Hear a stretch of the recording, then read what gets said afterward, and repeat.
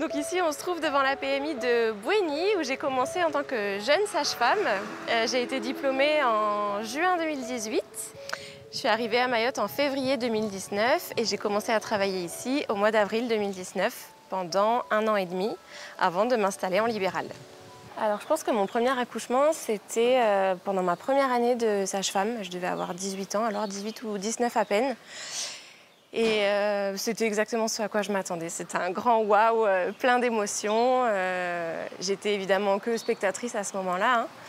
Mais je me suis dit, ok, c'est ce que je veux faire. Je veux reproduire cette émotion. Je veux être comme ça dans l'intimité des couples. Moi, à la base, je suis venue à Mayotte pour 4 mois. Donc, j'avais pas du tout prévu de rester aussi longtemps. Ça fait 4 ans et demi que je suis là. J'ai commencé en PMI en me disant que ça allait me faire une petite expérience, que j'allais faire comme ça des consultations. Découvrir un peu la culture de Mayotte.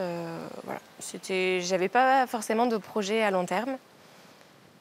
Finalement, de 4 mois, j'ai décidé de rester 1 an et puis je voulais plus partir. Ici, on est à Mzoazia, devant notre maison médicale composée de médecins, sages-femmes et infirmiers. Sirati, bonjour, on y va ?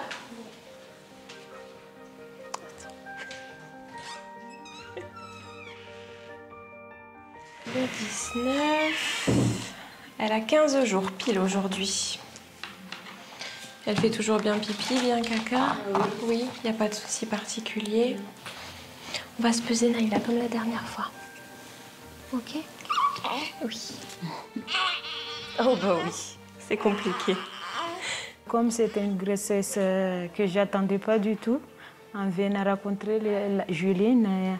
J'ai parlé de mon histoire, elle m'a beaucoup soutenue, elle m'a conseillé, elle m'a suivie jusqu'à là. En tant que sage-femme, on a un lien privilégié avec les patientes parce que si elles viennent nous voir, c'est qu'elles nous témoignent leur confiance et on rentre quand même dans leur vie intime, que ce soit leur vie sexuelle, leur vie de couple, leur vie pendant la grossesse. Moi, j'adore parce que je trouve ça magique de rencontrer une maman avant sa grossesse. Qu'on partage la grossesse ensemble, qu'on ait ce lien-là pendant toute la grossesse et qu'après on rencontre le bébé à la fin, c'est vraiment c'est une chance incroyable et c'est le témoignage d'une confiance absolue.